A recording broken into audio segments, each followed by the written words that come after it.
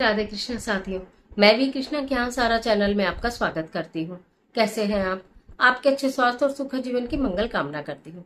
आपके अपने इष्ट देवों को कोटि कोटि नमन करते हुए, बड़ों को प्रणाम करते हुए वीडियो पर प्रारंभ करते हैं। बोलो श्री कृष्ण जन्माष्टमी की आप लोगों को बहुत सारी शुभकामनाएं। भगवान कृष्ण की जय बोलेंगे और जयकारा लगाएंगे भगवान कृष्ण के नाम का, राधे राधे के नाम का जयकारा लगाएंगे और कृष्ण जन्माष्टमी की शुभकामनाएं मेरी ओर से स्वीकार कीजिए।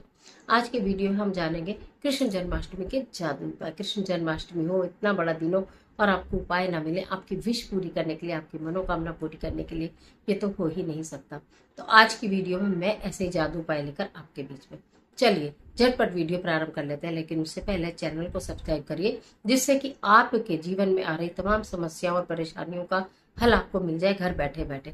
बेल आइकन का बटन इसलिए प्रेस कीजिए जिससे कि वो सारी वीडियोस आपको देखने के लिए मिले। और लाइक, अगर आपको वीडियो पसंद आती है तो लाइक कर दीजिएगा।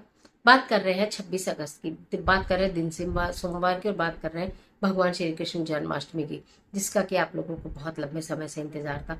बच्चों को बहुत ज्यादा इंतजार रहता है। कान्हा जी का जन्मदिन आएगा, खिलौने लेंगे, कान्हा जी के लिए खिलौने लाएंगे, घर को डेकोरेट करेंगे, बहुत सारी चीजें खाएंगे, पकवान खाएंगे और भगवान जी के गुण गाएंगे।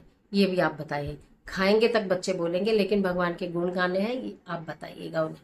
तो श्री कृष्ण जन्माष्टमी की शुरुआत करते, देखिए ये कार्य आपको जो मैं आपको बता रही हूँ, ये दोनों कार्य आपको प्रातःकाल ही करने हैं। सुबह ही जब आप पूजा करेंगे तब आपको ये करने हैं, फिर अगले दिन तक का ये उपाय है।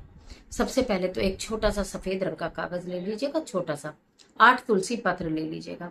ठीक है, एक छोटा सा सफेद कागज, 8 तुलसी पत्र। और मैं आपको दिखाऊं तो आप ये ले लीजिएगा छोटा सा मोरपंख। ठीक है, और ये आप ले लीजिएगा पीला चंदन।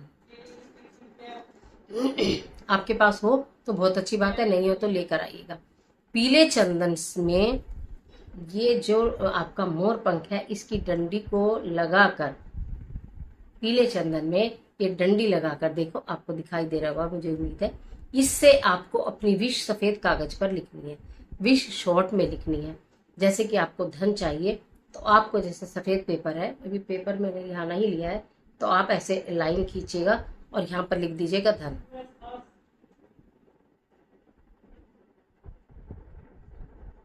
ठीक है, धन लिख दीजिएगा।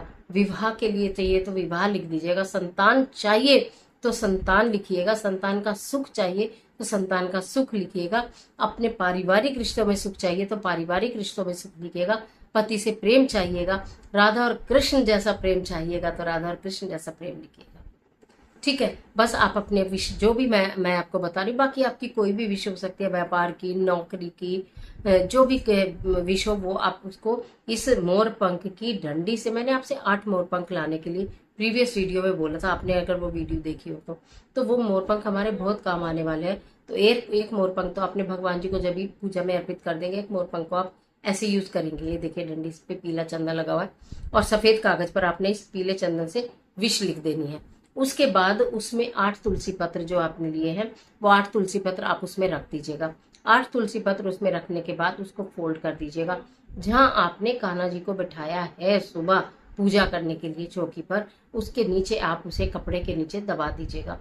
पहले कपड़े के नीचे वो पेपर रख दीजिएगा, उसके ऊपर मतलब पेपर रख के फिर कपड़ा बिछाइए, उसके बाद भगवान जी बिठाइए। और आप बोलेंगे हमने तो घर के मंदिर में भगवान जी को बिठा कर रखा है, तो भगवान जी की मूर्ति के नीचे, प्रतिमा के नीचे, तस्वीर के नीचे आप उस पेपर को दबा दीजिए, जिससे दिखाई ना दे, ज्यादा सारा दबा दीजिएगा।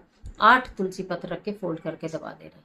अगले दिन इस पेपर का क्या करना है, वो पूरा दिन वहीं पर रखा है। अगर रात के बाद सुबह की पूजा हो जाएगी, शाम की पूजा हो जाएगी, रात्रि के 12 बजे की 3 पहर की पूजा हो जाएगी।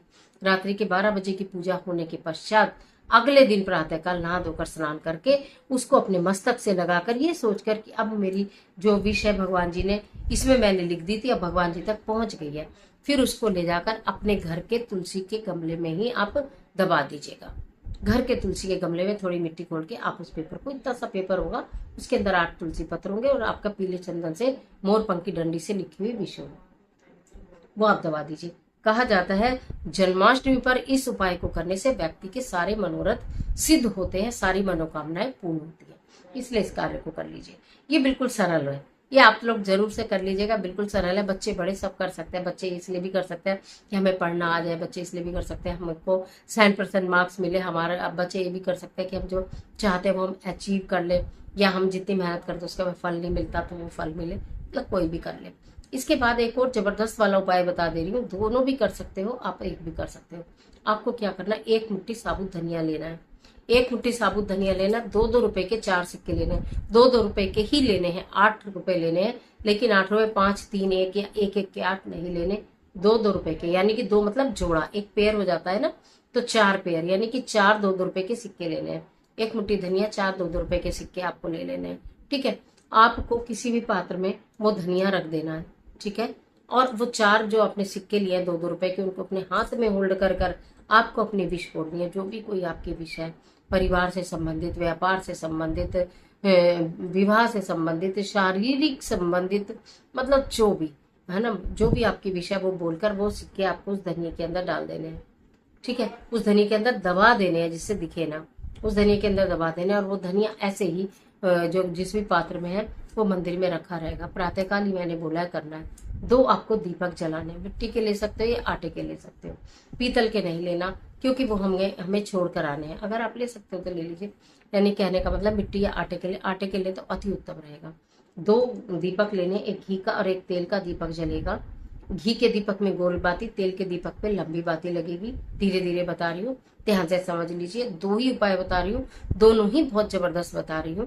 तो आपने आटे के दीपक बनाए, एक में घी में गोल बाती लगाई, तेल में लंबी बाती लगाई, एक लौंग का जोड़ा दोनों में डाला, एक एक जोड़ा लौंग का दोनों में डाल दिया, एक चुटकी चावल डाल दिए, और आपने एक एक चुटकी उसमें हल्दी डाल दी दोनों दीपक में। ठीक है, और थोड़ा थोड़ा सा उसमें कपूर डाल दिया। आपने वो दीपक प्रज्वलित कर देने हैं। जिस समय आपने वो धनिये वाला पात्र बनाया है, किसी कारण से सुबह नहीं बना सकते तो दोपहर को बनाइएगा। 12:27 से या 47 से लगभग, मैंने आपको बताया शुभ मुहूर्त है रात्रि तक। आप उस शुभ मुहूर्त के बीच में भी इस कार्य को कर सकते हो, तो वो अति उत्तम रहेगा।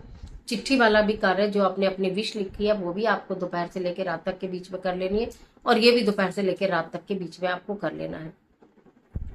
फिर आपको वो दीपक प्रज्वलित कर देने के बाद ओम क्लीम कृष्णाय नमः, ओम क्लीम कृष्णाय नमः, ओम क्लीम कृष्णाय नमः मंत्र की 1 माला का जाप करना है। तुलसी की माला हो या वैजंती की माला हो तो ज्यादा अच्छा रहेगा, नहीं हो तो रुद्राक्ष की माला ले लेना। आपके पास रुद्राक्ष की हो, कमलगट्टे की, जो भी माला हो वो फिर आप ले लीजिएगा। ठीक है, तो इस तरह से इस कार्य को आपको पूर्ण कर देना। अगले दिन नेक्स्ट डे वो दोनों दीपक आपको उठाने हैं, और आपको वो धनिया उठाना है जो एक पात्र में आपने धनिया रखा है। अगर आपको कहीं बहता जल मिलता है तो आप बहते जल में आप उनको वो धनिया और सिक्के जो हैं और दोनों दीपक बहते जल में प्रवाहित कर दीजिए।